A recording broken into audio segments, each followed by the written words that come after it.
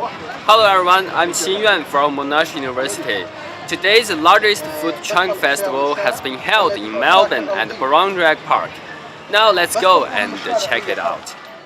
As the largest food truck festival is held in Melbourne, this festival has attracted a lot of visitors. More than 40 different food trucks bringing various dishes attend this activity. For example, Mexican, Portuguese, Vietnamese, and American traditional hot dog. We're based out of Falls Creek Ski Resort, and during the summer we come down with our food truck and we work special events, food truck festivals, and things like that, music concerts and stuff like that. We come to this event this evening to support the food truck industry and be a part of the food truck festival. There are many different performances in this place, like DJ performance and singing, which adds a lot of fun. Besides, some jewelry is also selling here.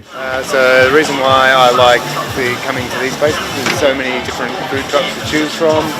You've got all the different types of food, lots of people come out, it's a good night, you can go to the bar and drink and everyone has a good time. So which food do you like?